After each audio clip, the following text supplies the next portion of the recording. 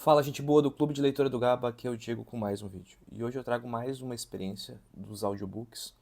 Lembra que eu já tinha lido os três primeiros livros lá da trajetória do Sharp? Dessa vez, em continuação, no mesmo aplicativo, né, Audio Doubler, eu escutei os próximos outros três livros, que é A Presa de Sharp, né? Na verdade, a ordem cronológica seria Sharp em Trafalgar, né, aquela batalha naval, A Presa de Sharp e Os Fuzileiros de Sharp. Novamente, foi muito interessante a experiência. A narração ela é muito boa e tu consegue muitas vezes vislumbrar a cena a partir da perspectiva de como o narrador a descreve. E o livro ele tem, como a gente já havia comentado no vídeo anterior, aquela pegada de ficção histórica, né? Ou seja, o autor pega momentos da história e assim com essa pegada ele coloca o nosso personagem, o Sharp, nesses momentos para te ver a partir da perspectiva do indivíduo. Então é muito legal, porque tu vê o processo histórico na perspectiva do indivíduo. Então tu acaba criando uma série de relações por conta dessa individualização da história a partir da pessoa. No primeiro livro, Sharp em Trafalgar, não sei como é que pronuncia correta, nós temos então o início na Índia, onde ele estava, lembra nos três livros anteriores, e ao final das campanhas lá, ele então volta para a Inglaterra, onde ele iria servir num grupo novo de fuzileiros. Lembra que ele tinha sido promovido, né, no final do livro anterior, e ele então, agora como tenente, ia voltar para a Inglaterra, onde ele ia trabalhar com um grupo novo de fuzileiros. O que que acontece? A embarcação no qual ele está, né, ela na saída da Índia, ele está no momento, ela é atacada pelo navio francês e com apoio espanhol, ele é então capturado e o Sharp é preso. Nisso ele perde todas as joias que ele tinha conseguido lá na Índia, lembra? Matando o sultão Tipu, né, Tipu. E nisso ele depois tem que lidar com essa situação de se revoltar para conseguir tomar o controle do navio. Então, entrando em um pouco de spoiler, você sabe que os vídeos do Sharp sempre tem spoiler, né? Então eu dou uma direção maior, assim, em relação a isso. Conto a história em si, né? O Sharp, então, ele acaba conseguindo amotinar as pessoas, tomam um navio, e nesse processo eles encontram, então, um navio inglês de um comandante que ele já havia conhecido na Índia, e ele adere à tripulação e eles partem em perseguição ao navio principal da caçada, né? E nessa perseguição, a gente vai ter uma série de desdobramento, né, uma série de narrativas, a gente vai conhecer a vida no mar, né, o dia a dia. Eles acabam chegando então à costa espanhola e nisso está se organizando a famosa Batalha de Trafalgar, não sei qual é a pronúncia correta, onde o comandante Nelson se destacou, né? E daí nessa batalha ele acaba então tomando parte dela. É o enfrentamento entre ingleses, espanhóis e franceses, né? Uma coligação espanhola-francesa. E nisso, então, nós temos ali todo o detalhamento da batalha em si. Quem gosta de história militar vai gostar desse detalhamento, porque acredito que o autor, como nos demonstra no final de cada livro, ele tem uma parte histórica no final de cada livro, onde ele traz um histórico real e o que ele usou no livro do histórico real. Nós temos então um momento da batalha, daí é contado as situações, por exemplo, de jogar areia na embarcação, na parte superior, para que o sangue dos soldados feridos não tornasse o convés algo extremamente escorregadio, as situações de cada canhão, e terminando o livro, então o Sharp acaba vitorioso na batalha e chegando na Inglaterra. E não só isso, ele conhece uma moça ao longo do processo, ele se apaixona. Essa moça, o marido, não vou dizer o que acontece, mas acaba morrendo, e o Sharp então acaba ficando com ela. Já no livro 2, que daí o próximo seria A Presa de Sharp, ele já tem um contexto diferente. Nós conhecemos um Sharp muito revoltado com a vida, né? O que que acontece? Essa esposa havia engravidado dele, mas ela morre ao dar luz, a criança morre, e a família inteira dele, da mulher, tenta escorraçar ele por conta da origem humilde dele, é uma família nobre, né?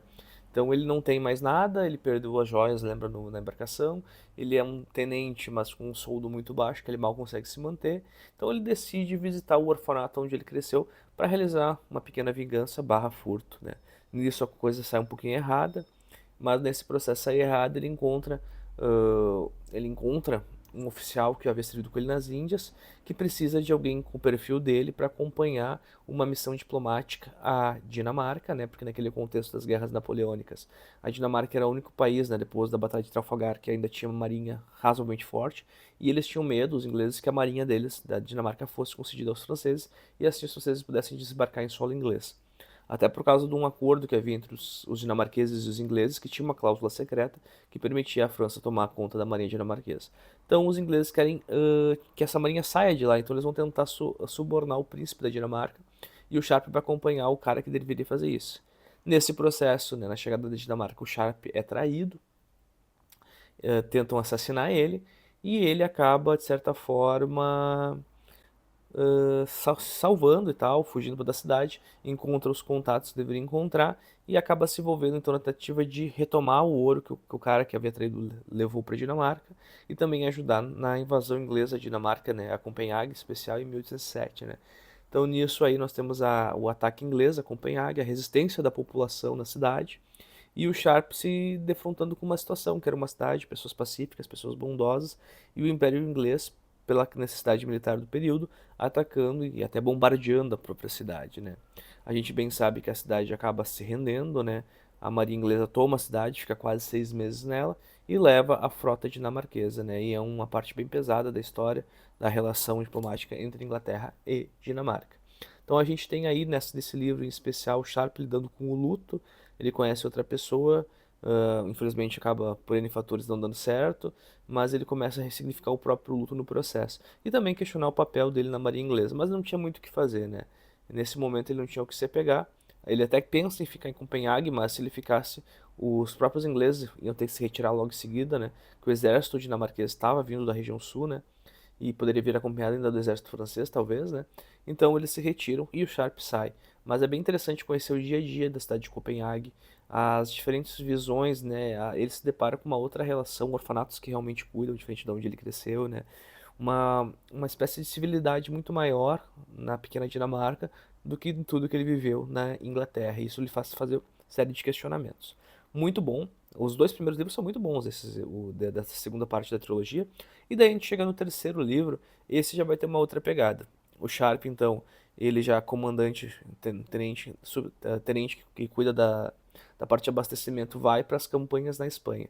Inicialmente a Espanha fazia parte da aliança com a França, mas a França então rompe a aliança, prende o rei francês e o príncipe, e a Espanha então se revolta. E a Inglaterra aproveita disso para apoiar a Espanha. Lembra bem no contexto da fuga da família real portuguesa, lá em 1808. O próximo livro do Sharp vai se passar na Península Ibérica, né?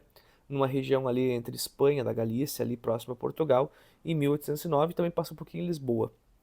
Então nós acompanhamos Sharp na campanha espanhola. A campanha inicialmente ela é um fracasso, o exército inglês se vê obrigado a fugir e o Sharp é dispersado nesse processo e ele acaba então tentando fugir com seus homens. Na primeira parte ele pensa então em marchar até Lisboa, porque havia ainda uma guarnição inglesa em Lisboa, e ali eles conseguiriam fugir para a Inglaterra.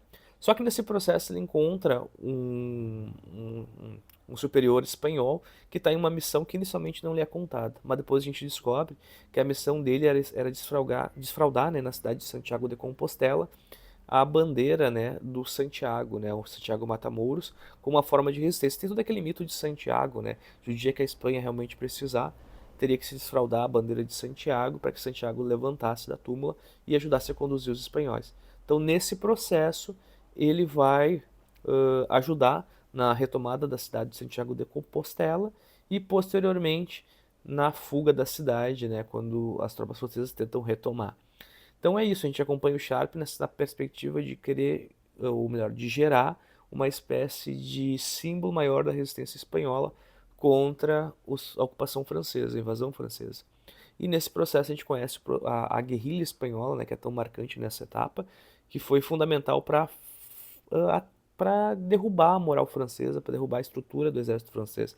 Lembramos que uma França à beira de invadir a União Soviética, né? Soviética não, desculpa, o Império Czarista Russo, né? União Soviética a gente só pode falar depois de 1917. À beira de invadir, tem que deixar tropas consideráveis na Espanha por conta das revoltas, né? Então a gente já conhece um pouco dessa relação do Sharp vivendo na Península Ibérica. E mais uma vez o Sharp no processo se apaixona, é incrível como esse homem tem o coração fraco, em todo livro ele se apaixona e se dá mal também nesse processo. Então fica a dica, eu gostei dos 3 primeiros livros, foi legal conhecer a pegada na Índia. Agora esses 3 de retorno à Europa e de envolvimento nas guerras napoleônicas foram muito interessantes porque são totalmente diferentes. Um é dentro de navios, de uma batalha famosa, o outro é em Copenhague e o outro é na Península Ibérica. Vale a dica, Tem sido maravilhosa essa experiência de audiobook, né? Antigamente eu treinava com amigos, mas como eu mudei agora acabo treinando sozinho, então sempre que eu vou pra academia eu vou escutando. Então eu escuto quase sempre 1 hora por dia e um livro desses aí deve levar aí uns 20 dias pra terminar de ouvir, mais ou menos. Então eu acabo sempre conseguindo ouvir. Então eu recomendo. Espero que tenham gostado. Não se esqueça de se inscrever, curtir, compartilhar e até a próxima, pessoal.